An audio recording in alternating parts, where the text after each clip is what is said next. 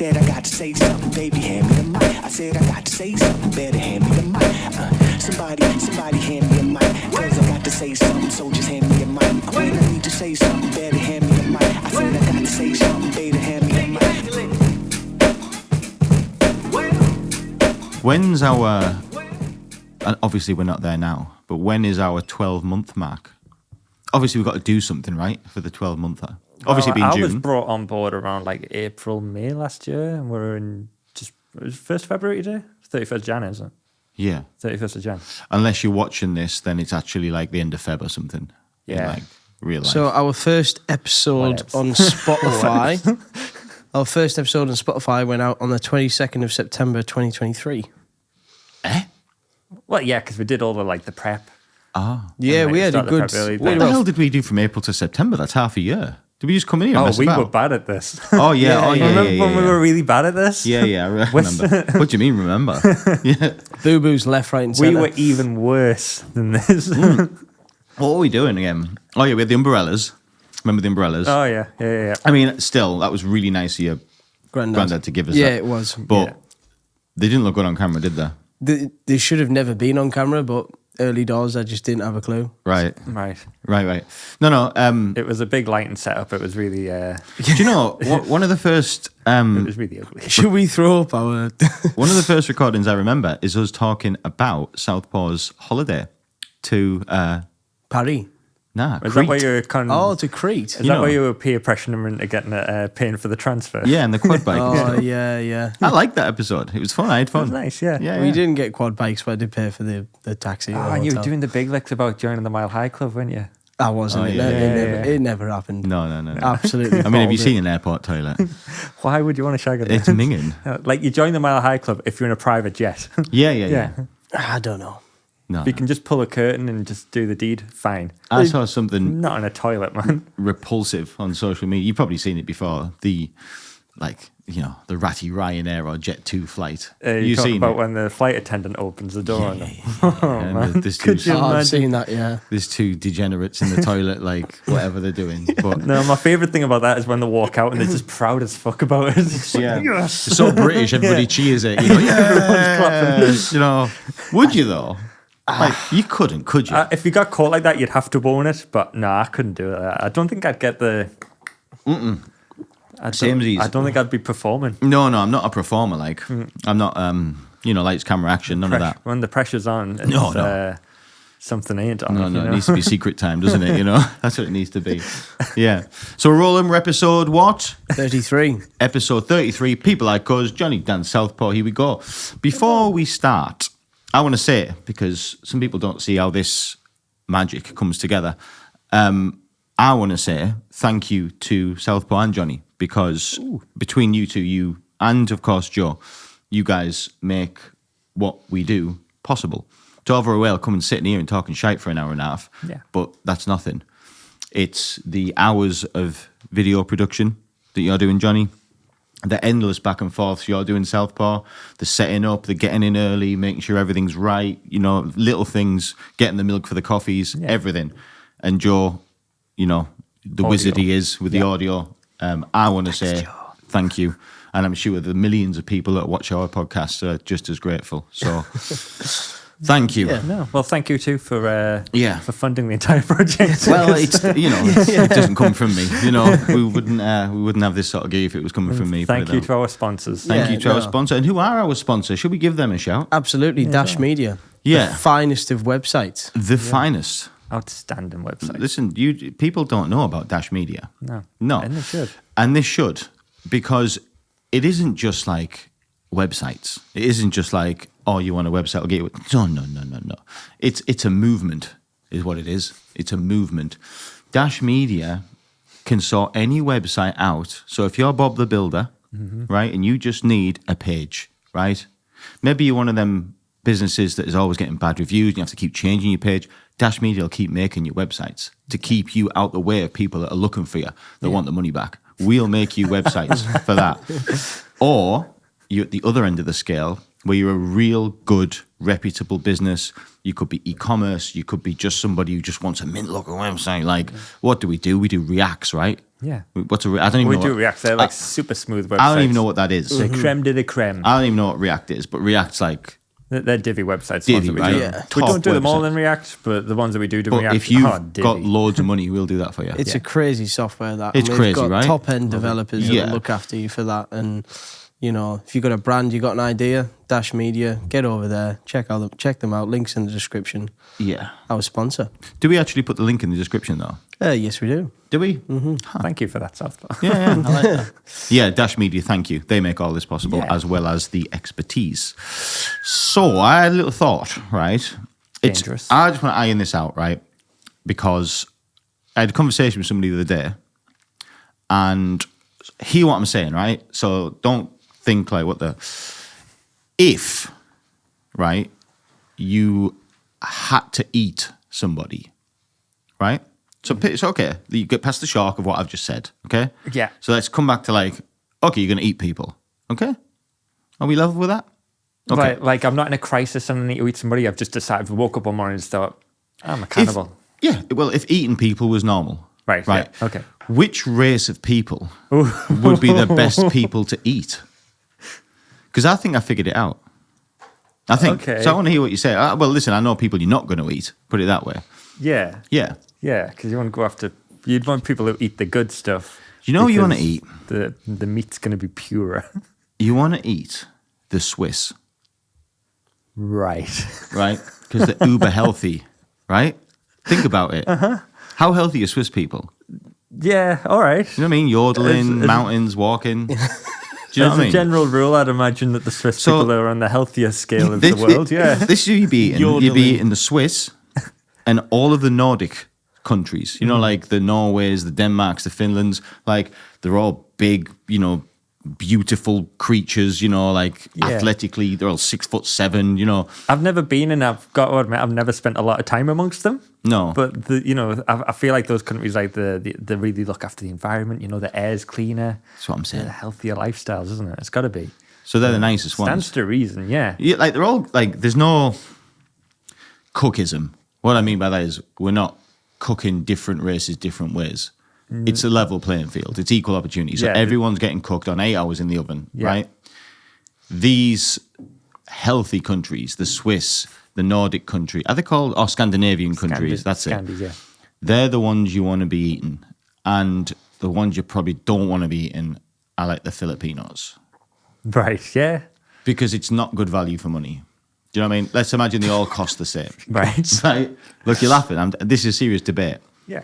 So the Filipinos, unless they're doing it by weight, do you know what I mean? Like if it's 1 for 1, you want the big Scandinavians because you're getting probably 2 Filipinos in one person. Do you know what I mean? I think I know what you... Mate, this is... Well, a Filipino... this is blowing my mind. Southpaw, Google the average height of a Filipino man and then Google the average height of a... I like how you're basing it off mass. That's interesting to me. Well, I didn't, you know... I would be thinking more about the quality of the meat. Like, if you go to, like... I'm also saying that. Yeah. I don't know what the Filipino diet is, but I would bet my bottom dollar it's not as good as... As a Danish. Yeah. Yeah. And the Norwegians. A lot of fish, right? How do they get that big? Like Vikings. So like they're eating something good, aren't they? Do you know what I mean? Yeah. Like growth hormone and shit. I don't know what they're eating, but they're big. Yeah. You don't want to be eating them, and you don't want to be eating like scrawny people. Do you know what I mean? Yeah. I imagine like hot country places, people, folks don't taste good. Okay, so what are your estimations on the average height? For a man, For a Filipino man, 5'6". Okay. Sorry, Filipino was saying. Yeah. You know what? I'm gonna go lower. I'm gonna go 5. 5'4". 5'4".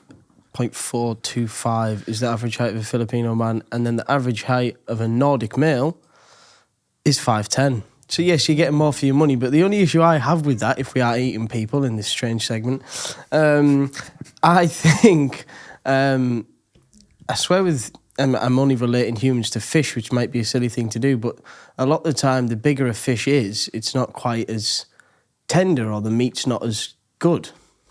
Is that a fact? Yeah, watching a bit of wicked tuna before this, I know that the bigger tunas sometimes don't taste as good, or the meat's not as good as the smaller tuna. Yeah, but like the Scandinavian people, they're going to be like the tunas. They're built. So like the bigger tunas, maybe they've just grown that way because of genetics or whatever. But if they're built, that meat's going to be very much going to be better, right? I would have thought. The way I see it is, I like what you were saying, and I understand, but I think I'm looking at it different. I'm seeing like the Norwegians as tunas. So you get big Norwegians, small Norwegians. You get big tunas, small tunas. The Filipinos are more like your mackerels. Do you know what I mean? Your sardines. Do you know what I'm saying? I get what you're saying. You know what I'm saying? You take like a 5... If someone's 5'4", you're not going to eat them all in one sitting, right? Like you get your freezer in them. You get full of an arm, surely, right? Like So if it was going, do you know, like obviously, I'm talking one for one. Look, I'm not just talking about the quality of the meat. I think the quality of the meat would be better from your healthy countries. Yeah. I'm not being countryist. Like just the healthy countries. Others, I ain't a worldly guy, so I don't know where the healthiest countries are. I probably miss some. So if there's any healthy countries out there, I'm sorry. I've got it. I've mentioned you. I don't know, but I'm saying there are healthier countries than others. Yeah, you know what I mean. Like if you're doing it on weight, then you don't look at like, oh, Norwegians are bigger, so I'm getting more. Because if it's done on weight, like if you get a bag of sweets, you know what I mean? You can get some sweets that are heavy. You only get 10 of them. But if you've got like little penny mix-up, you get loads. Yeah. Do you know what I mean? So you'll get loads of Filipinos. For the same weight, you'll get 5 Norwegians. Do you know what I mean? Yeah. Like if it's going by the kilo. Yeah. But we ain't doing that. We're just trying to make the best choice. Like if you have to so let's look at right. So you've just got to eat one type of person forever. Mm-hmm. What type of person would that be? I'm going with that. You're probably right, to be fair. But I'm going to go with Swiss still. Swiss. I think Swiss are the right mix. Uh-huh. Do you know what I mean? Yeah. Like people say like a fillet steak's the best steak. It's not my favourite though. It's too lean. Yeah. Do you know what I mean? Yeah. I don't want too lean. Do you know what I mean? Like you got to think, you got to eat this forever, so you need some fat content. I guess so. So you want your ribeye, and I believe that's coming from your Swiss. You've put a lot of thought into this, man. Yeah. Yeah. Yeah, I did, yeah. Right. Yeah. Well, you are on a bit of a fat scenario, aren't you, at the minute? Well, yeah, I'm trying to do the keto thing. Mm-hmm. Yeah. How's that working out for you? Well, it's good points, bad points, as we were just saying a minute ago. Yeah, definitely I've noticed a change in bloatedness. Not so bloated anymore. Noticed a change. Think I've got a bit slimmer in the early days that it is, which was the plan. I did it because I was putting weight on. It didn't matter how much I went to the gym, I was putting weight on. And I wasn't... Is this a new thing? What, putting weight on? Putting weight on, is that... Fairly. Well, it's sort of crept in over the past year. You know what I mean? Slowly. It started about a year ago, and like I tried to counteract it and stuff, but I'm just losing the battle.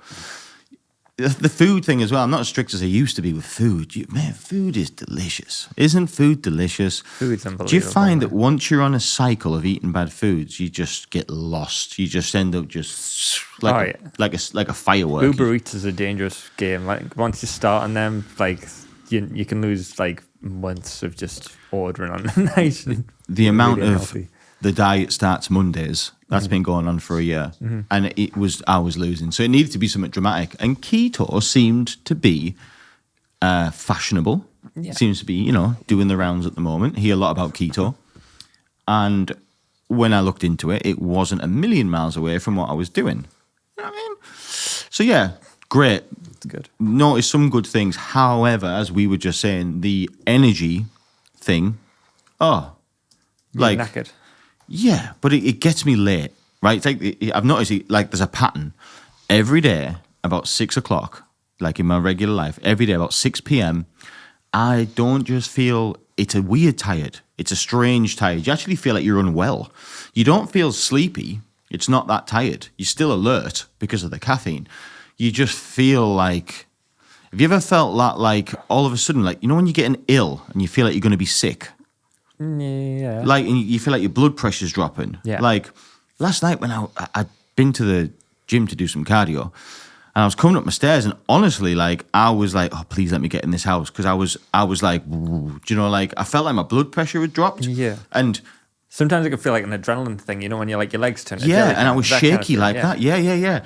And my head knew that I needed food. Do you know? So like I literally walked in the house and grabbed things and like literally sat on the couch and was like eating some macadamia nuts or something. And after about 10 minutes, I like, Pulled like yourself out of it. Yeah. I don't know what's going. Look, I ain't no dietitian or nutrition, whatever. I don't know. Is there any levels. limits on how much you can eat with the keto diet, or is it I don't know. as long I as think you're doing the right stuff? I think the rule is to try and keep it below Reasonable. 50 grams of carbohydrates in a day. Yeah.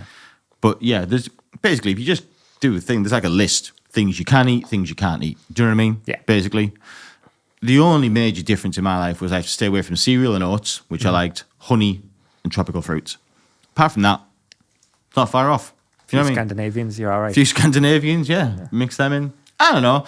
Interestingly, though, if you are on about eating people still, go after the people who are on the keto diet or vegans. I'd imagine that would be a good way to go. Well, I'd go after the carnivores because I'd want the big muscular people. You know what I mean? Yeah. Like, not too muscular. Do you know what I mean? Thick set people. Not fat, but thick set. Like I say, you don't want it too lean. Yeah. No one wants a skinny chicken, mate. Nah. You wouldn't eat an American, would you? Probably not. Like them, but I mean, Americans now, they're probably the healthiest people in the world, some of them, because they've got the best. Some of them are are the unhealthiest people in the world. Yeah. You wouldn't be going after the big blubbers, would you? No. Not the Disneyland crew. No. Do you think a disabled person would taste different? Depends how they're disabled, I guess. I don't know. Like, do you think it's got like a different like texture? I don't know. Like, if you got like a. If you go after, like, have you ever watched The Whale? You know the Brendan Fraser film where he's like just a massive fucking fat guy who can't get out of his couch chair? Like, you ain't gonna want to eat that, are you? I feel like No. you'd cut into that and it would just be Yeah. pure blubber. Yeah. I think equally as well, if you are disabled and you're going to eat, if you're going to eat a disabled person, a lot of they won't have a lot of muscle. If, say, for example, their legs don't work, they're not going to have any muscle in those legs. No. Tastes minging, won't it? Be like, well, you could fry it and you get like pork crackling, wouldn't you? You know what I mean? I'm saying you could do that. I would assume so. Yeah. Like a nice, you know what, them people have them like strong hands. You know what I mean? Like if you did one of them and like singed it, it'd be like crackling, wouldn't it? Do you know what I mean? If you did it right. That's what you know want. I mean, salted it and that. Yeah.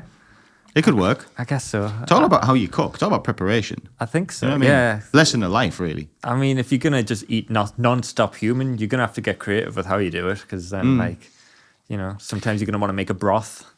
Sometimes you're gonna want to. Well, that's go for how- the fried hand or something. That's how you can make a human last for a long time. So you get it, he or she, it's 2024. You get your cuts first, Dice you it up. butcher it up, Yeah. get it freezed. But then with the bones and the gristle that's left, I mean, then you've got your broths, then you've got your... I mean, this could... You gotta get creative with it if you're Yeah. gonna make it last. Yeah, I mean, you could. There's a lot going on. But yeah, I would probably eat a human, to be fair. If it wasn't illegal. You probably Yeah, would. I'd try it. Would you? Like, I'm going to say this, right? And hear what I'm saying. What's going on here? This is Hannibal Lecter from Silence of the Lambs when he chops somebody's head off and he starts cooking it back to him. I don't remember this scene. Huh. Does this really happen in the film? I do not remember this scene. Yeah, he gets forced to... I think he's eating himself, yeah, as far as I can remember. Because he's a doctor, isn't he? And he knows how to... Is he the guy out of Goodfellas? He is. Yeah, he is. Yeah, that's him. Huh. Just on the subject of cooking people, I thought. Yeah, you threw me off. Where were we going? What was I saying? It was about using the bones for broth or something. Yeah. No, I'm saying, I'm going to ask you a question, honestly, right? And this is change the subject. We talk about the Koreans and the dogs, right? I think it's wrong, right? Actually, I'm a massive animal lover. So, like, I think that's one of the most messed up things. But I'd try it. If someone cut a bit off and said, try it, I'd try it. To say I tried dog.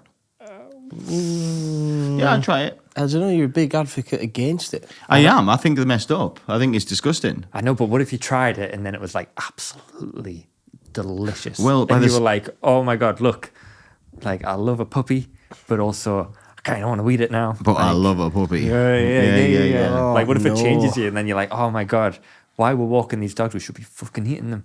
Imagine. Yeah. Like, and then you just can't stop. Hanging eating out dog outside all the vets and time. stuff, looking Yeah. through the bins. You know what I mean? See if there's any You waste. didn't want one of them ones. No, not them. No, similar to the human thing would be minging, wouldn't there? Yeah. But again, You know, there was a comment on that reel that we put out about eating dogs, and we were really confused, weren't we? Like, why they're holding off till 2027? yeah. And it is confusing, but then this person commented and she was saying, well, you've got to think, if chickens, you couldn't eat chickens tomorrow, she put it in layman's terms, there wouldn't just be a case of no chickens for like straight away. It'd be a case of you'd have to slowly wean the population off chickens, and you'd have to slowly cut them out of the ecosystem and the food system. It wouldn't be a case but of... are people like in the same way that I'd imagine, if we did just cut the population off from chicken, people have chicken every day.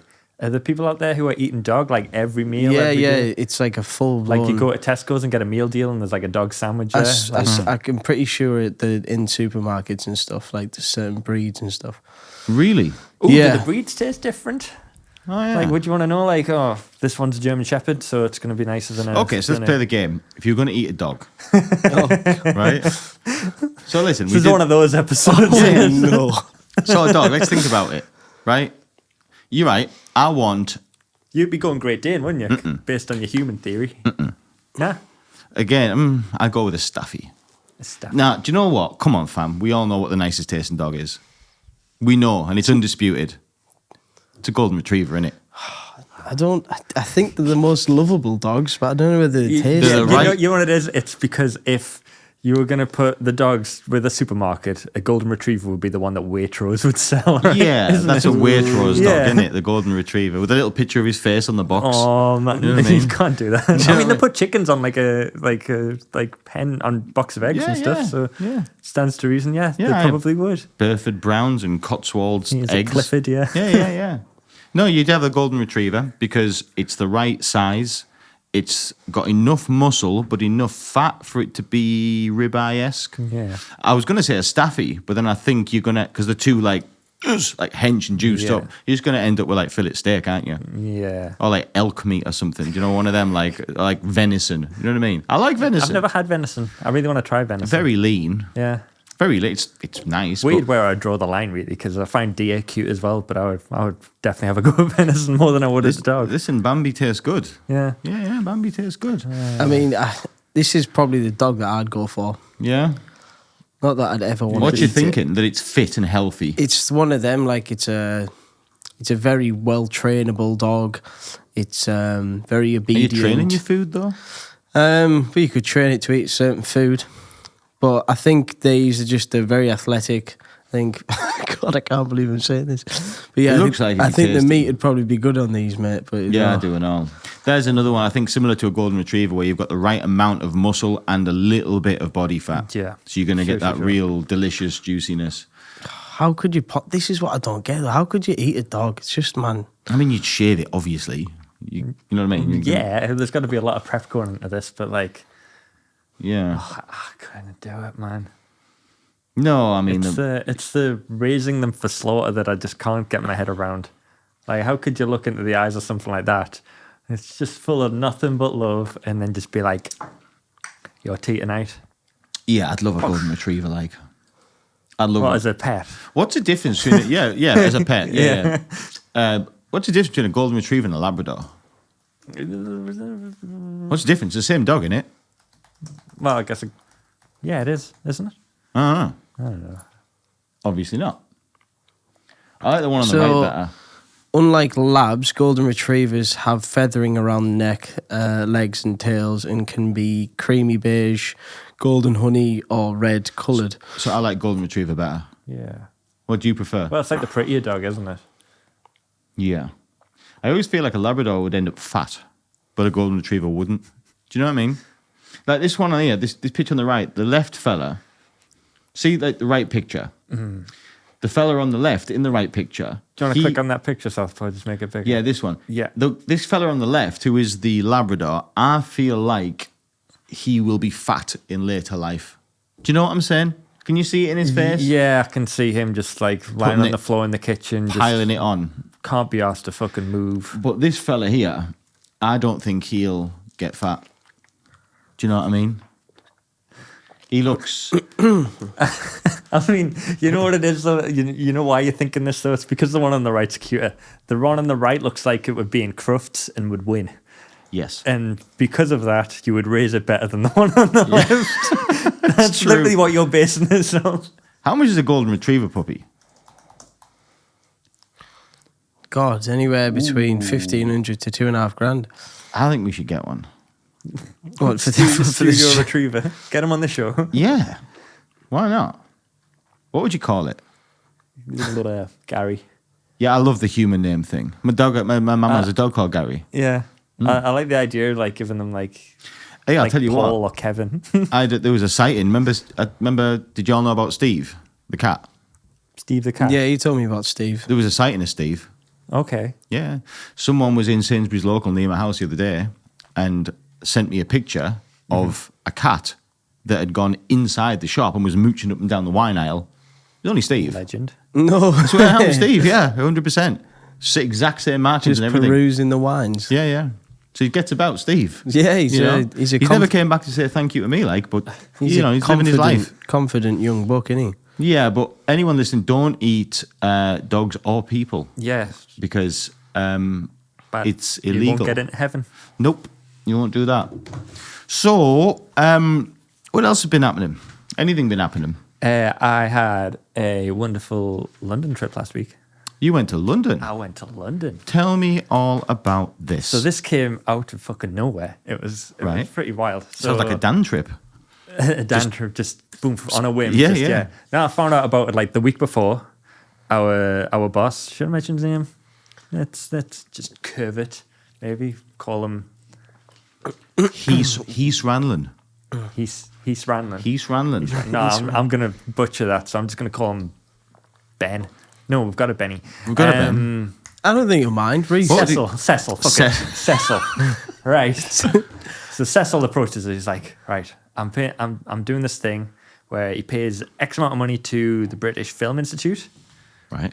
and as a result of that, he gets invited to these fancy ass events every Alright. now and again down in London. So a couple of years back, he went to the premiere for Matilda, you know, the musical. Right. Went and did that. Last week, he got invited to go and visit a talk with Bradley Cooper.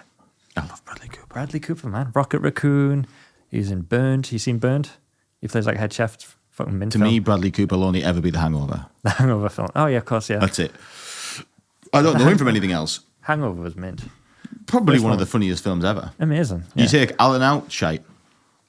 In my opinion. pretty much, yeah. Sorry to jump in your story. Yeah, no, Mr. Chow. Amazing.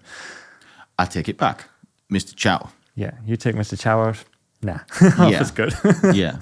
I mean, Bobby Lee could probably play a good Mr. Chow, yeah. couldn't he? You know that, again, I'm coming off your story. Just find a funny Asian and you've got a Mr. Chow, haven't you? Yeah. I'm coming off your story, though. But have you seen Mr. Chow's Willie in the film? Yeah, there's a little mushroom choke. Yeah, that was real. What, really. Is that his actual one or was That's it a actually double? his. No, that's his. That's his dick. I've heard him talk about that somewhere, and Right. obviously he's not blessed in that area. And he says, no. I don't know if we need oh, there we go. Right. What's that? Oh, right. No, Oh. that's not it. No. To be fair, I don't think we can put that out Can anyway. you sure that? I don't think we I can put don't that out. think we can. don't want to see. Anyway, let's go nobody back to wants London see because we're that. going down an avenue we don't want to go down. No, I feel like we need to elaborate on this. Apparently, some of the scenes where Mr. Chow walks out naked and Yeah, I couldn't imagine my dick being that small. That would really upset me. no, I well, feel like it would impact your entire life. listen, I've been on some all-night benders, mate, where that becomes a reality. You know, I'm just saying. For all of, you know what I'm talking about When it's myself. cold Paul. outside, you just got to deal with what you've got to deal with, don't you? So But London, yeah, London. Let's get back to that. with Cecil. Yeah, Cecil. So Tell he me. got invited down to this event. Bradley Cooper's talking, Mm-hmm. and he said, "Do you want to come?" I was like, "I don't know. You don't I know? don't know why I didn't not want to go, but I thought I'd do the classic me thing and check with the missus first." And I was like, should I go to this thing in London to watch Bradley Cooper?" And she was like, "Yes, you should fucking go to this Yeah, thing." of course. So I say yes, and then things escalate, and he's like, "Right, so what we're gonna do? We're gonna go down to London. I'm gonna book this fucking divvy restaurant. Then we're going to go and see Bradley Cooper. Then we're going to go out and get Peeve. And I was like, sound. Sounds perfect. This is going great. Yeah. Awesome. So fast forward to Wednesday last week. Heading down to London. Finish work on a half day. Straight to the train. Go down to London. We get to London I think it's 4:30ish. Bradley Cooper's on at 6. So we arrive at King's Cross. Got to go to the hotel room. Divvy Hotel next to Trafalgar Square. Sorry, just briefly. So you didn't, because I've been to London with Cecil before, and he has this bar. The second you pull out of King's Cross, you turn left, turn down a side street, and to the right, there's a bar. I think it's called Fallow. We did. And actually. he's like, Louis, every time we come, we have to have a pint here. And we had a big meeting an hour later. And he was like, we have to go for a pint here. It's how it works. So when we left the train station, right, we were in a mad rush because it was 4:30. And he was like, oh, I've just realised, I thought the hotel that I booked was right next to the restaurant. The restaurant was the Ivy Asia, which is somewhere near St. Paul's Cathedral, which isn't next to Trafalgar Square. Right. And he's like, oh, I fucked this up a little bit. So we were pushed for time. Typical Cecil. Yeah. So while we were divvying around trying to get taxis, he was like, let's go for a cheeky pint. Where did we go? That pub that you just mentioned. It's phenomenal. Went Yes. exactly there. It's a great bar. So we went there. I ordered us an Uber and got us one booked to get down to the hotel. We're then divvying around because the taxi took fucking ages, and then realised, holy shit, we're going to have, by the time we arrived at this restaurant, right, we had about 45 minutes between sitting down and Bradley Cooper coming on to talk. Right. So we sit down. This is a beautiful restaurant. I mean, it's What type of food unbelievable. was it? It's Japanese sushi type stuff. Yeah. And the place is it's got them big pink blossom trees that you get in Japan. Yeah. Are they called pink blossoms? I don't know. But that type of, you know what I mean. I know what you mean, what the I blossom trees. Yeah, they look like giant bonsai trees, but they've got them horrible, Beautiful. amazing pink blossom Beautiful. things. Stunning. Views of St. Paul's Cathedral out the window, lit up floor. This is the place. Oh, Look at the state wow. of this fucking place, mate. Wow. What's it called? The Ivy Asia. The Ivy Asia. Look at that. Oh, my days. That is absolutely stunning. Is St. Paul's there? Yeah. This looks expensive. This floor's really lit up green. Yeah. It's a super pretty room to be in, man. It looks like giant broccolis in the background, doesn't it? A little bit. Wow. You know them trees are real, right? Fucked if I know. Okay, so you're But in. yeah, so I'm in there, right? We Yeah. sit down and we don't even get a look at the menus. And Reese is just like, right, talking to the waitress. We have half an hour. Right. We haven't got time to really look at the menus or anything. I just need you. I'm going to give you X amount of money. You just bring us some plates that you can make fast. Right. And bring us 2 cocktails, just whatever cocktails. And the woman's like, yeah, I've got you. No worries. So, and she fucking had us sorted us out half an hour and brought out 4 dishes. There was some normal sushi rolls, some California sushi, the kind of you get it your Tesco's or whatever. But amazing. But nicer. Yeah, 100%. Some gyoza things which had fuck knows what in them. Again, amazing. Didn't have time to ask. No. Then there was a round of this really rich chicken, teriyaki chicken kind of thing was brought out, and this amazing curry dish with a naan bread and that, all cooked amazing, all beautiful. But I had to scran it so fucking fast. It was super rich. I was sat there just overwhelmed by everything going on. Stimulant the everywhere. occasion just, oh my God, I've just got the train. I'm sat in a random fucking restaurant in London. There's these lights going on. There's these massive fucking trees in the room. I'm looking at St. Paul's Cathedral and I've got all this amazing food and I'm like, this is too much. Welcome to Cecil's world. Yeah. Cocktails were amazing as well. It was I think it was some kind of margarita, but it had the dry ice steam coming off it and all that kind of shit. It's not No. not just served in a Coca-Cola glass. This was some fancy shit. And then so we have that. We scran that down in half an hour, and then we're in another taxi going to the British Film Institute building where Bradley Cooper's about to be on. We're running late, of course. Of course. And while Reese is divvying around, we'll hop out the taxi. Reese is divvying around trying to figure out where the room is where Bradley Cooper's talking. Right. He's like, Johnny, go to that bar over there and get us some pints. No way. So while he's running around trying to figure out where we need to be, I'm at the bar. I get a couple of pints. We walk into this room. There's fucking Bradley Cooper, mate. There he is. There he is in the shiny ass suit. And Is this from the day? this is from the day. Yeah. This is the suit he wore. Handsome bastard, like, isn't he? He's a very handsome bastard. Yeah, And like, yeah. there was that moment where you walk in and he's already like started talking because we're running late. I walk in and I realize that I'm in a room full of like film enthusiasts, but also probably like film students / film professors who like teach courses at uni and stuff, all like taking notes, drinking cups of coffee or lemonade or whatever. Yeah. We walk in, somewhere in between 5 and 10 minutes late, pint in hand each, walking down, and we're fucking 3 rows from the front, in front of Bradley Cooper, and I'm walking in with my pint, sit down, and I'm just like, holy shit. You can take the people out the northeast, Yeah, but no. you can't take the northeast out the people. I like to think Bradley Cooper noticed and respected it, but Yeah, of course. there was a moment where I was like, I don't belong here. Were the only people with pints in your I hand? think so, yeah. Were you really? Yeah. Nightmare. Yeah. It was legendary, but I'm here for it. I think What did he talk about in his He's show? talked about, so he's had a new film, which is this one here, Maestro, Right. which is on Netflix now. I'd recommend it. It's a good watch. He, Also not endorsed by them, but we're open to be endorsed by yeah, them. by all means, Bradley Cooper, you pay me money. Yep. Yeah, Cecil hadn't even seen the film, had he? Cecil had seen half of the film. It's seen half the film. Half the film. Right. So I kind of told him about the second half on the train on the way there. Right. But it's all about Leonard Bernstein. So he spent like 6 years trying to like learning how to be like a proper composer, conductor, to learn how to like conduct this orchestra for like this. There's like a 6 minute. What's the movie like? It's pretty good. So it's like, I think it's the second film he's directed. What's it called? The first one he was the Lady Gaga film. Star is Born. Right. You seen that? Nope. No, a very good film again. But yeah, this is the second one he's directed, and he's very proud of it. So he's like rolled out all the stops in terms of like, because there's like certain leaps through Leonard Bernstein's life. So like depending on where they are in the timeline, the camera equipment changes. So like when it's like way back the early days, it's like filmed on like all black and white film. Love Like this. proper old format where it's all analog and you've That's got, like cool. the proper film roll and stuff. And then steps it forward as you get further and further into the future. So like he's pulled out all the stops in terms of like making a directorial debut. He's really done well looking like him. Oh mate, if you look at it, get a comparison up between Bradley Cooper and Leonard Bernstein. There's a bit of controversy around this, right?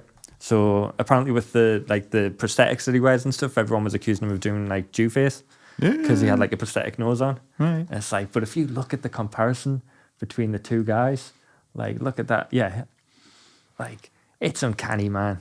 It's Like, uncanny. It's And if you're going to try and look like someone who has a Jew face, you need to do Jew face. that's not that he had a Jew face. He just had a big nose on it, didn't he? It's like That's what a Jew face is, isn't but it? like, I guess so. Yeah. Well, of course, otherwise it'd be shit costume. Yeah, exactly. So he's just doing it to be accurate. It's not like, it would be different if he was like, Was he Jewish? yeah. I don't know if he even was. They don't even really touch on the whole Jewish side of it at all. It's not about that. Right. But I think just because he had the big prosthetic nose on, people were just like, Jew face, and it was just something to jump on and attack him with. Okay. Yeah. But he looked the part. He looked absolutely, You look at him there, old. That's Bradley Cooper, right? yeah. Yeah. That's pretty good. It's convincing. Like, It's it's amazing proper what they acting, can do with like makeup these days. But like he says, like every day he was spending like somewhere like 4 to 6 hours on a makeup chair. I can To believe have it. that, like, and then it took like an hour and a half to take it off as well. He was saying, so like you can imagine you do like a full day's filming, directing, acting. You'd be absolutely fucking knackered, and then you wrap up for the day, and then you've just got to sit in a chair and let somebody take the makeup off. Yeah. Fuck that for an So hour and a half. So he's talked about this Maestro film. Did you learn anything from him? It was, it's a weird one. So you go and watch a guy like this, and like I say, I'm full of people who are probably part of the film industry and work in it in some way. I didn't have much that like I wanted from him that I was going to take away and like particularly learn from, other than the fact that he's obviously like the lengths that he goes to, the extremes that he goes to like perfect his craft and get better and whatever. So like it was weird to be sat there and listening to all this and kind of being like, yeah, that doesn't really apply to my life. Like No. him talking about like how he would line up certain shots and talk about like the decisions that he makes. Like he'll hang on actors for a long time, and like like they might get the lines out, but it's like the pauses in between and the way that they really take the time rather than doing like loads of cuts in the film. That's part of something that he likes to sort of do when he's directing, just to let the actors give them breathing space to do their thing, which I think is like really interesting. So like you can like when you look at other films and you watch, I don't know, like The Gentleman or you watch whatever, you can see why directors make them choices, and it kind of just a new way to kind of watch films, I guess. So it's kind of insightful, kind of nice. And he had like a lot of anecdotes about like Clint Eastwood, joining him on set. Like he was there on the first day of A Star Is Born. He just came and sat down. He's like, "When's lunch?" He's like, "Lunch is at 3." He's like, "I'll be there at 3." Was there an element of starstruckness? Oh yeah. I mean, as soon as I walked in that room with my pint in hand and I opened that door, and then there's Bradley Cooper in the life, like just stood, sat having a conversation just in front of you, like, holy shit. And all your brain can say is, "There's Bradley Cooper, there's Bradley Cooper, there's Bradley Cooper." Yeah, pretty much, yeah. Like what's coming out of his mouth is it's just irrelevant. noise. You just kind of he's- sat there, just like, that's Bradley Cooper. That's Bradley Cooper. Yeah. Isn't it mad how they get these like, godlike personas? Yeah. You know what I mean? He's just a human with a hole in his backside. The whole celebrity thing's weird, isn't it? Where like, once you get to that level, you can just make someone's mind go to jelly as soon as you walk in the room. It's like, holy fuck. I wonder how that happens. Yeah. How? It's a weird thing, isn't it? Yeah. Because it's just a human. It's just a man. It's just a human. Yeah. He's just... He Yeah. seems like one where it hasn't gone to his head, though. He seems like a proper, genuine, you know what? nice... I will say that. He came across really canny in that. Did Like, he? he was, really, really, like, just... It's like a normal bloke, the way he was talking and stuff. Was There's he? no, like, pompous. There's no, like... what's the word? He wasn't, like, looking down his nose at other filmmakers or anything like that. He was very much somebody who was aware that he was still learning the craft as he was going. I was going to say, could because meet you on the level, which I thought was cool. as it stands, like he's a newbie to that side of the game. Pretty much, yeah. As an actor, yeah, top draw, experience to death. But as a filmmaker, I bet you some filmmakers who are career filmmakers probably don't like people like him getting into making films. Yeah. Because it's like, you're treading on my toes, sort of thing. You're in my territory. Yeah, I You know? guess so. I think I would. If I was a filmmaker, you wouldn't want to be seeing these, these mavericks coming in and trying to, you're an artist, Yeah. Because it is a different I thing. think a lot of people like people when they stay in the lane. And it's Yeah. like if you, when musicians transition to being actors and everyone's like when Harry Styles and Dunkirk and everyone was like, no, you're not an actor. You get out of the Chris Nolan film. We don't want to see you. You're not allowed. But he was fucking great at it. Yeah, he was good, wasn't he? Yeah. What's the problem? So after you did the show thing, what happened then? We left the show. We went to Soho and got pissed. It was good. And got pissed. Yeah, I like that. So little thing about me. I convinced myself after New Year's Eve Yeah. that I was not going to drink at all. Okay.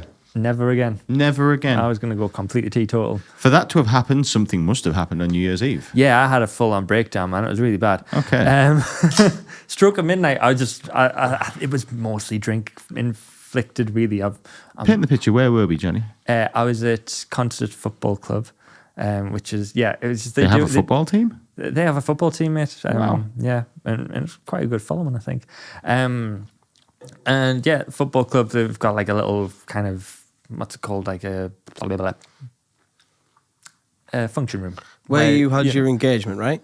No, that Or was is a that- golf club. Golf- That was a ah, right, club. okay. But football club, it's a tiny little function room, and they had some buskers on who like go up and they play some, like you play like your Sam Fenders or your Mumford and Sons and stuff, and bash out some tunes, and it's always good. And then midnight happens and music's on.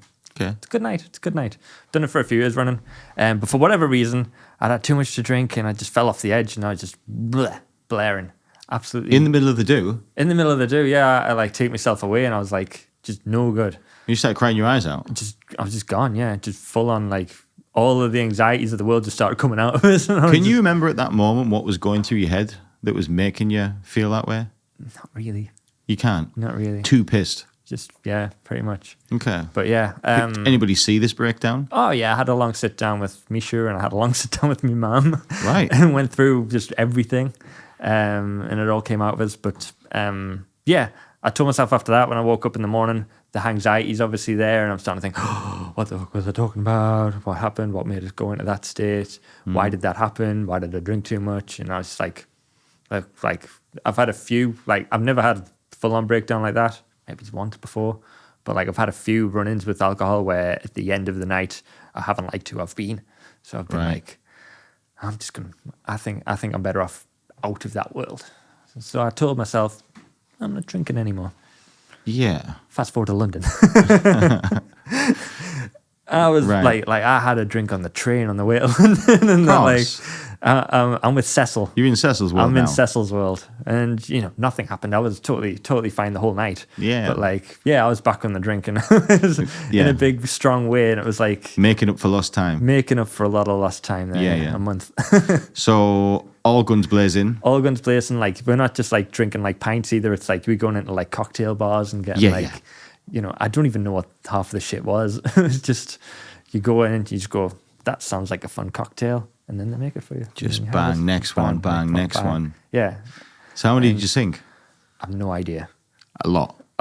We went into a few bars, and I think the main standout was getting chicken wings after a lot of the bars. Right. Went into a chicken wing place, and the chicken wings were pretty fucking good. Yeah?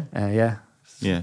Down some street in Soho. Imagine this, right? So once we've left Bradley Cooper with the thingy, get the taxi across to Soho. And when we get to the strip of bars in Soho, right, the taxi driver winds down his window and he's like, here, lads, I don't know if you want to be here, you know, like, this is like the proper gay strip of bars here.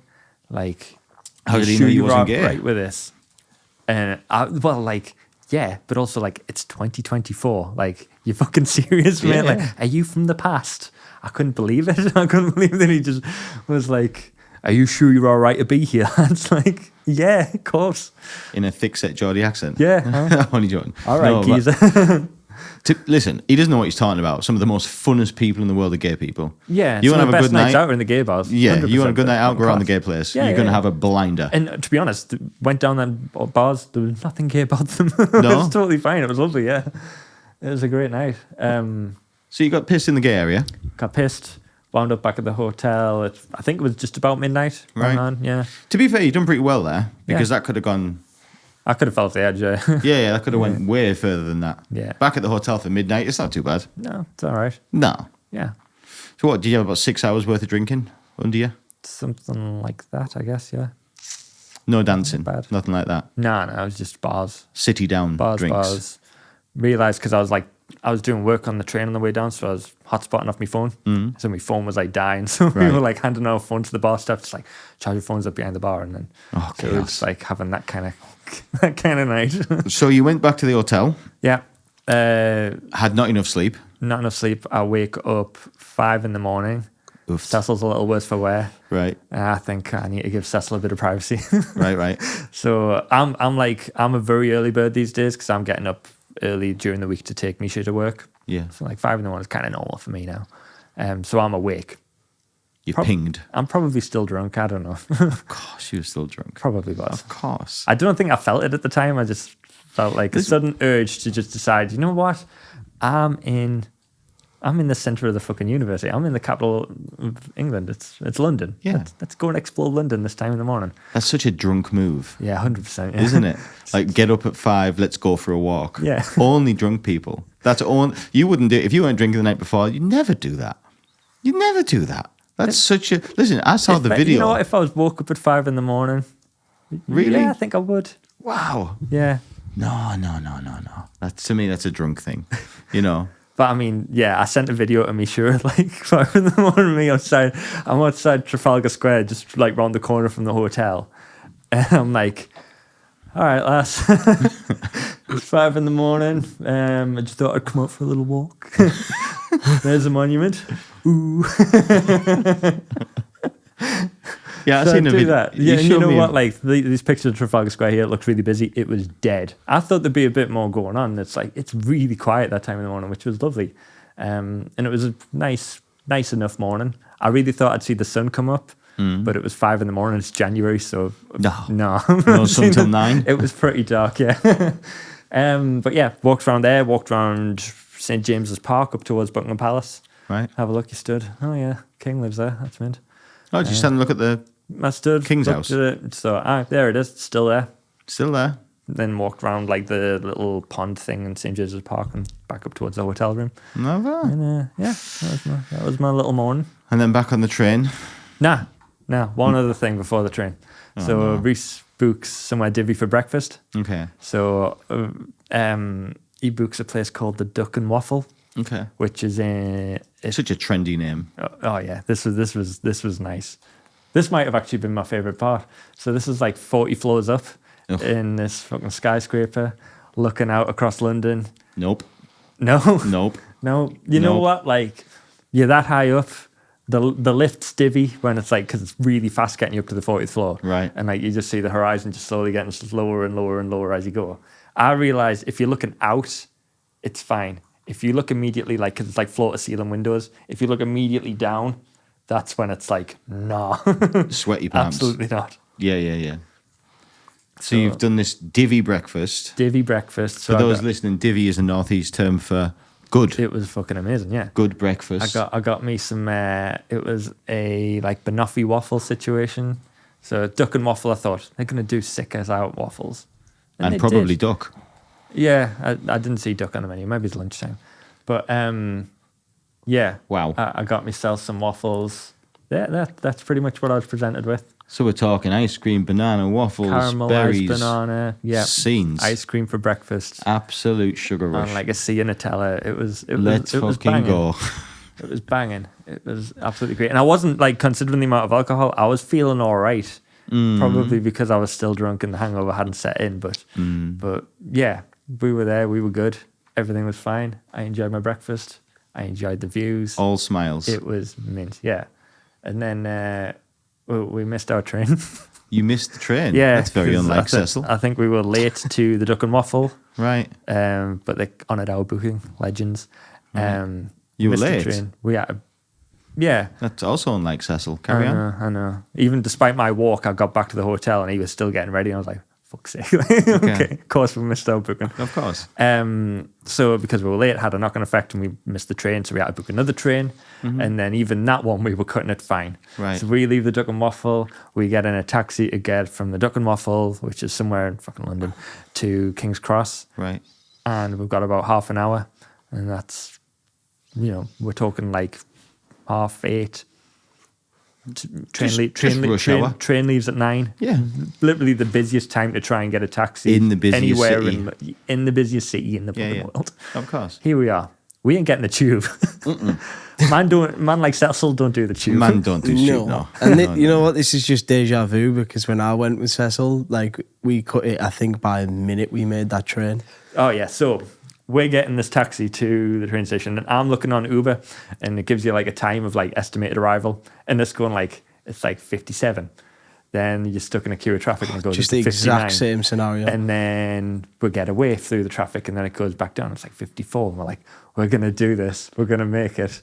And then we're in a queue of traffic and we're sat and you can see like King's Cross is over in the horizon. And Reese is talking to the taxi driver. He's like, do you think it's quicker if we just get out here and walk?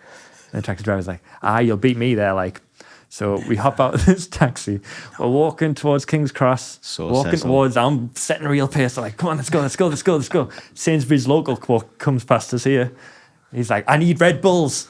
And he fucking makes a beeline into the Sainsbury's. I'm like, fuck, Cecil. mate, for fuck's sake. What are you doing? Like, I don't care. You fucking pay for the train. So I'm still outside just thinking, we're going to miss this train. Anxiety through the roof. Yep. And then he's like, right, let's go. We get on that train and we like have to hop in the first cabin just before the train fucking shoots off. We just get on that train. Oh, just the exact. Nerves just and then, battered. I just thought it would be a nice leisurely trip to London. Absolutely battered. Scranby Ivy, late to Bradley Cooper, Peeve in Soho, fucking up 5 in the morning. I can just see me like in the exact same scenario. Like, Reese, come on, and we jumped out the taxi. Same thing. We were At like, some point, it's just like you just strap yourself into the roller coaster, and you're just like, right, I'm just gonna have to just roll with the punches here.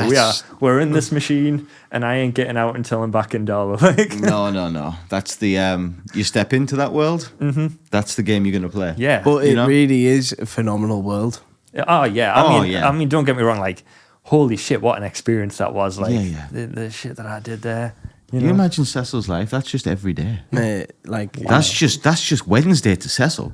You know what I mean? It's Imagine what just- Thursday is like. just brilliant. Honestly, I'm really glad I spent so long deciding on a name for him because Cecil's really working. It's really stuck. It's really stuck. I can't wait till tomorrow. He won't know what we're talking about. Yeah. Yeah. Yeah, you gotta- that was the thing. That was a hell of a trip. So Yeah. we get on this train, and the work. It's Thursday. The work day has started again, so I'm working away. We are getting to. We're like maybe it's like 70% of the way there, Okay. and We're talking Sheffield. we're talking around there. Yep, somewhere in that area. And I'm starting to think this hangover is starting to take control of it. Because like if you've like had a late night like that, not that it was a late night, but like a very busy night, I think, And lack of like, sleep. lack of sleep, it starts to take a toll. So you're sat, I'm trying to work, I'm trying to do all my designs, Dash Media, because they're fucking mint, and I will power through a hangover for you guys. Yeah, buddy. Praise God, baby. I'm sat there, and then all of a sudden I'm just like, I can't do this. Something in me is awakening. And I'm like, am I going to be fucking sick? I'm not. No. It's well past. I had a breakfast and everything. It's like, Surely not. Surely not. You got 120 I've been quid awake breakfast. for ages. Why would a hangover suddenly take hold? Of course it wouldn't. It doesn't happen to people like me. No. But it does happen to people like me, Daniel. So I start to stand up and I'm just like, you know what? I'm just going to head towards the toilet and then we'll just see what happens. Yeah. And as soon as my body commits to leaving that train seat to head towards the toilet, my body relaxes and it goes, you've got yourself covered here. You're going to the toilet. And then, bleh. So, right, I don't make it to the toilet. Oh, no. I stand up and I'm heading towards the between the cabbages, which is where the toilets are between the two cabins. And I'm waiting for the door to go. And right there and then, while I'm waiting for the door to open, I just go. Oh, no. And I can't be sick in this train, can I? No, not on the floor. No, I can't. It's in your mouth. I don't allow myself to, right? I do what champions do, people. Tell us what champions do. I held it in my mouth and I swallowed that back. Warrior. I fucking did. Karate here. It was a low point in my fucking life. Was it a lumpy I'm one? really or- happy to be sharing this with you guys. I had the textures of all the breakfasts in the world. Was it Bernie Peeve or was it food? It was. how does a duck Bernie and waffle Peeve, taste on the way it up? was. You know what? Surprisingly, when I get round to the toilet, and it was one of them ones where you have to fanny on with the lock for ages. 'cause Of course, for the mouth. trains are really confusing like that, and I was really paranoid that like I was going to be like on my knees being sick in a bowl, and someone was going to open it. I need a piss. no. You know, so I was like making sure that was locked, and yeah, get in, get sorted. And when I'm sick, it's like it's actually not like there's not much food in it. It's mostly the alcohol side of things. I think that fucked us. Right. But yeah, that was Low point. an experience, man. But I felt miles better afterwards. So, Yes. there's that. Better There's out that. than in. All as I they needed say. to do was brush my teeth, and I was going to be back fighting fit. Yeah. But that was a long fucking day at work. That And you went straight to work. I went straight to work right off the train, and that's when I caught up with you. And well, you saw And that shell of a human that I was encountered. Yeah, I mean, you look different in the face. Yeah. You look like something had had an changed. experience. Yeah, Yeah, something yeah. had changed. I was- Fundamentally. I don't know if you're all the way back. Yeah. You know, I feel like we've got 95% Johnny sat here, but I think 5% of you still in a taxi in London. but me right now. Yeah. I think it's in some, walking around Trafalgar Square still, I think. Pretty much. Yeah. Yeah. Just But you had fun though. great time. Lovely. Yeah. Let's do it again. Let's do it again. Oh yeah. Well, I love that. Sometimes you got to take the bad with the good, man. You know, you get to see Bradley Cooper, but then you're sick in your own mouth and you've got to swallow it back. Yeah. Shit happens. Shit happens, innit? You know what I mean? It Have won't you be the had, last time I do it. So Have you had many nights like that in London, Daniel? Or No nights in London. you're a good boy, you. Yeah, goodbye. I've never had No? a night in London before, no. have you not? No. Never been. I've only been to London I've twice. never been heavy on the peeve in London, to be fair. Like I've been in like weekdays before, and I think it was just because I didn't go to the right area. But like bars shut like fucking like they would in Darlow, like Really? yeah, 10, 11 o'clock and that. I thought it'd be like an all nighter kind of Yeah, me too. place, like never sleeps, you know. Well, but it's not. No, It was a Tuesday- I wonder it if was it a- depends where you go, but like definitely my experience in the past. I'd be like that. It was a Wednesday night, right? That was a Wednesday night, and that was Yeah. open. That was at midnight, so that was like maybe that strip of bars is the best place to go. Yeah. It was a good night. What nights did you, when you went to London, what days did you go? I don't know which night we went, but we didn't go half as hard as that. We did have a fair few bevs after we'd done the meeting with a client. And yeah, I mean, it wasn't half as crazy, but we went for some lovely food at a place called Fallow. And the food, it was like, honestly, still to this day, it's some of the best food I ever ate in my life. The bill was ridiculous. It was like 300 quid for two of us. And I was just like, wow. But honestly, it was one of them nights that you just remember for a long time. It was just like a really good time. And then I've been a few times before that to go and shoot for clients. And I've since taken Cecil's bar, and I'll always go there for a pint before I go. So it's become your tradition now. I love it. Like it really is a great start to London. You get off at King's Cross, you're straight at that bar. Like it just kicks off London and there's all like working normal people there who've busy life. There's people left, right, and centre walking in and out. And I think last time I went, the shoot went really well for the client. And then I could have got, because it was an open return I could have got the next train, which was in like half an hour. I was like, no, I'm just going to go and get a bit of food and have a couple of pints in this bar in London. So I ended up staying like 2 hours after, and then had this amazing chicken and avocado and bacon salad. And then I had 2 pints in this bar, just like watching the world go by. And I just love London as a And this place. is the life of Dash Media employees. You know? Yeah. Living the best life. Yeah. But like Crazy, it'd been such a busy day. I was up there early doors, and I was like, I think I've been there 3 times now to London and then Reese as well. And it was just what a great time. I love London. Big fan of it. Like I've got literally no experience in London, really. really. London's got like I think it's just got like an energy about it. Like Yeah, when it you go does. down, you just feel like it's like you know, they say like the land of opportunity or whatever. Yeah. But like you just feel like shit's happening. Like a shit's buzz. really going on. Yeah. Yeah. I think it's just there's so many people, it's so dense, and there's so much going on all the Like time. a It's like a vibration. yeah. You know what I mean? You're just like, oh my God, like this could be amazing.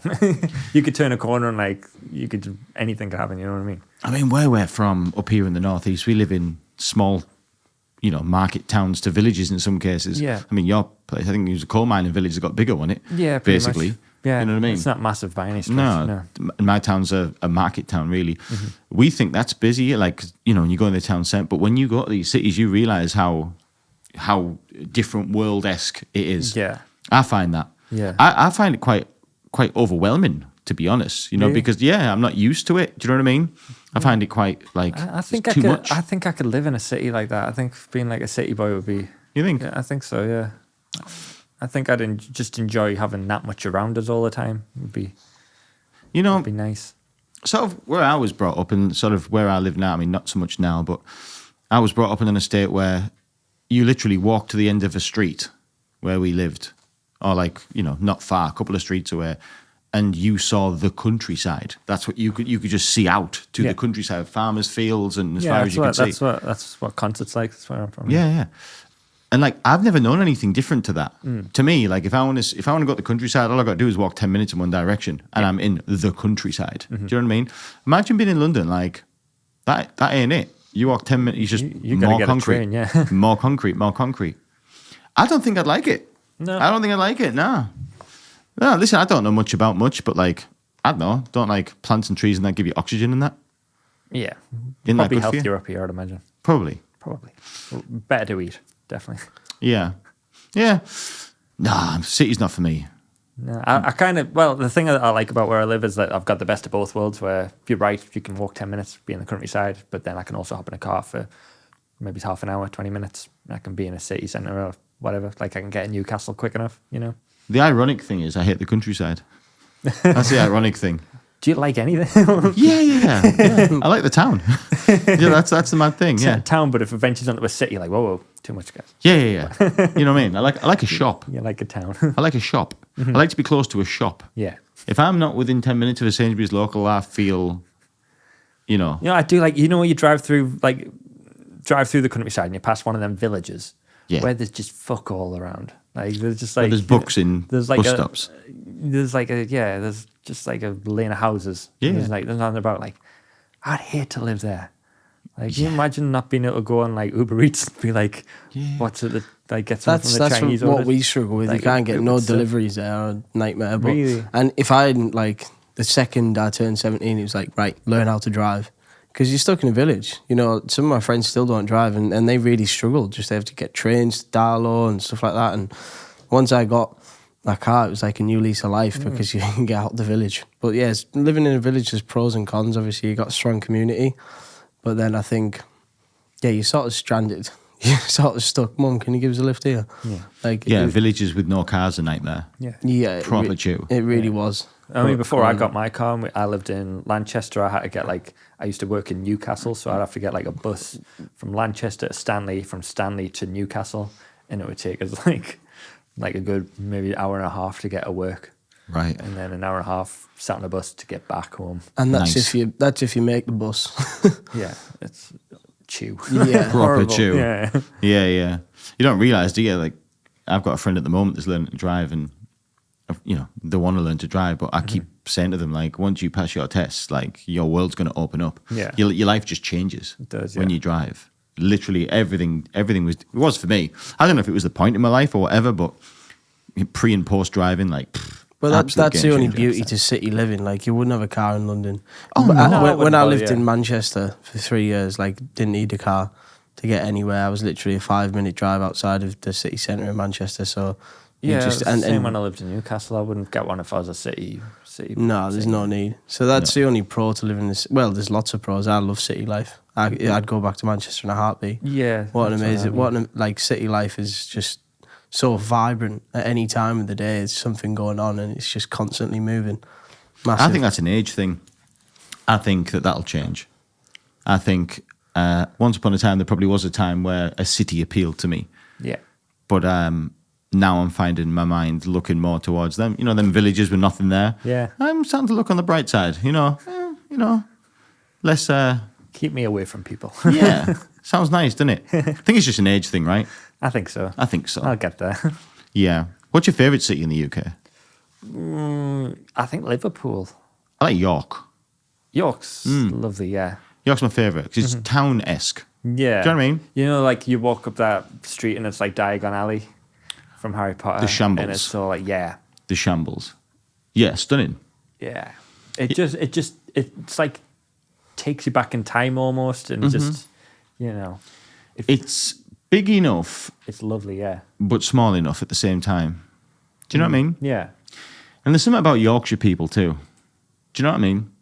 Very friendly. Yeah, man. It's a very friendly place. Yeah, I've got plenty of time for Yorkshire-esque people. I've never been to Liverpool. Tell me about Liverpool. Liverpool's it's great. I love like it's got amazing bars. Like it's just a good time. Is it? Like, if you go up down like the Cavern Club, for all they absolutely rinse the fact that the Beatles are from there. Like Right. you know, there's like a row of bars up towards where the Beatles used to play. Okay. And like they're great. I've had some great nights there. Like Right. absolutely fantastic. Yeah, one thing I have heard about Liverpool, like, it's completely different to a lot of other cities in the fact that there's nightclubs all over in some cities, but in Liverpool it seems as though there's just one certain place for all the bars and nightclubs, Yeah, and and, you, like, you you can walk- just go around them all. And I think because of like the musical heritage as well, like you walk down these bars and there's like bands on, there's guys playing guitar and shit. Yeah. Like, Right. you know, it's a really creative atmosphere. It's like there's pianos dotted around while you're walking through the city and stuff. It's a really cool place to be. You Is a it? big, And then you walk down by like the harbour or the port or whatever you call it, like near the docks. Like Yeah, it's docks. a beautiful part of the country. It's Is it? Yeah, it's nice. really, Like, really nice, yeah. you So- a big live music guy, Dan? I don't know. What would you call a big live music guy? I'll watch a gig. I've seen gigs. What's your gig? I can't say. I don't say. I don't chase them. If there's somebody I'm a big fan of, yeah, I'll go see them. What's the biggest person you've ever seen? Or like your favourite that you've ever seen? Oh, Like, favorite, easy, Paolo, Paolo Nutini. easy, Yeah. easy, hands down. I reckon that'd be good. Oh God, it's different. I mean, I haven't been to that many gigs, but I'll give you an example. Like, so you would think when I've seen the Kooks a lot of times. You know the Kooks? Yeah. They're my favorite band, right? Just a time in life. You know what I mean? They came of age as I came of age. You know, she moves in I her think own that's way. how your music taste comes Yeah. from when you're about like early teens, mid-teens. The Kooks has been like the soundtrack of my adult life. Do you know what I mean? Yeah. Like they came out when I was 18, 19, and they're still singing the same songs now, 20 years later. Yeah. Do you know what I mean? And who else came out around that time was Paolo Nutini. He's been around a little bit after, but around the same time. Yeah. And you'd think like, the Kooks and Paolo, similar age, similar thing, like, I guess same kind of audience, really. Yeah. But the difference between watching the Kooks live, who were great, it's amazing seeing your favourite song that you've sang all these years and them actually singing it live, like, so joyful. Like, but when you watch Paolo, something different's going on. Yeah. This They isn't bring like an energy that this isn't a gig. This is art that's going on. an experience. He ain't got a band. He's got like, they almost seem like classical musicians. Do you know what I'm saying? There's like orchestras and shit there. Okay, like, I don't know. There's a difference between someone who can play the guitar and someone who's a musician. Do you know what I'm saying? Oh, yeah. I don't know, and I'm throwing things out there, but I bet you like the people who were playing the instruments in his band, I bet they could play every instrument. Yeah. Do you know what I mean? Yeah. They're just music people, and it's an experience. It moves you. It moves you. Really, really, really crazy. Where did you see him? I've seen him in Scotland. Right. Yeah. Which was, because he's Scottish, which is good. Yeah, I think there is like a difference between like just like a band who's just a group of lads who got together and made some music, and then like someone like him where it's like everyone who he surrounds himself with has like a burning passion for music and Yeah. own their craft, and probably like didn't even see themselves winding up with Paolo Nutini, but they found themselves there. Yeah. And are just there just to contribute and do the best for it. Like I It's noticed that yeah. he's in his mid-30s, but I noticed his musicians around him were like 20 years older than him. Yeah. Yeah, no one was his age. Owned the craft and Yeah. got really good at it. Yeah, but him throughout the whole gig, I liked him because the whole time he was just swigging pints. The I whole way respect through. that, yeah. Every time he finished one song, next pint. He just was slowly getting pissed. I love that. Over the course of 2 hours. And by the end of the 2 hours, he was slurry, really Scottish, Yeah. And you know what? He got better. Like the pisser he got better. He's That kind of musician. he's a good guy, him. Yeah. He's a good guy. It reminds us when I seen the Foo Fighters. Dave Grohl's a bit like that, where he'll just he'll take a pint out on stage with them. He chews chewing gum for all he's like singing the Foo Fighters songs. He's like Alex Ferguson, where he'll just constantly have chewing gum on the go. While he's doing it, and just don't know why he just needs it apparently. While he sings. Yeah, while he sings, and then he'll also have a pint with chewing gum, which is I don't know how he does that. But No. but yeah, that's just his thing. He just I think when you're like so casual about it, just like we're just gonna go and have a good time, and you're not so like formal and rigid about it. Like I need to be focused and I need to be mind engaged, just relaxed, Yeah. loosey goosey. I think if you can do that, you've cracked the formula and you're comfortable on stage. I know it sounds like, what's that word? Like, I don't know if the word's cliche. Not cliche. I like, everybody says that. But like, I've seen a few, not loads, I've seen a few bands and people perform live. I've seen hip hop stars. I've seen 50 Cent, The Games. I've seen Ed Sheeran. I've seen the Cougs. I've seen a few people. And as much as all of those gigs, concerts, whatever you want to call them, were great, they didn't sound as good live as what they do in the CD player. Like, we don't have CD players anymore. You know what I mean? On Yeah. Spotify. Like because the studio recording. yeah, studio recordings. They just sounded so much better, right? Paolo changed that. Better live. And that was something that I'd never seen before. And I didn't expect that. And you can imagine it's difficult to, you're on a stage, you're outside, you know what I mean? Yeah. But nah, man, it's got a different energy behind it. It's like you heard a version that's 95% the same as the one you've heard, but it was unique that I've never heard it sung that way again. Does that make sense? It was like a one-off thing. Yeah. Like, yeah, I've heard the song a million times, but I've never heard it like that. Like, and how he said that word at that particular time. Do you know what I mean? Yeah, 100%. It's just like, wow. You ever listen to the White Stripes very much? Yeah. Yeah. They were a beast live. Were they? Like, so they wouldn't, like, they did this thing where, like, they wouldn't have a set list. Like, there's no, like, set list of songs. He would just go off feeling. And Right. because it's a two-person band, so there's just Jack White, Meg And White his on sister, the drums. right? Yeah. Yeah, brother and sister. I think brother and sister might have been married. I don't know. They confused the hell out of that situation.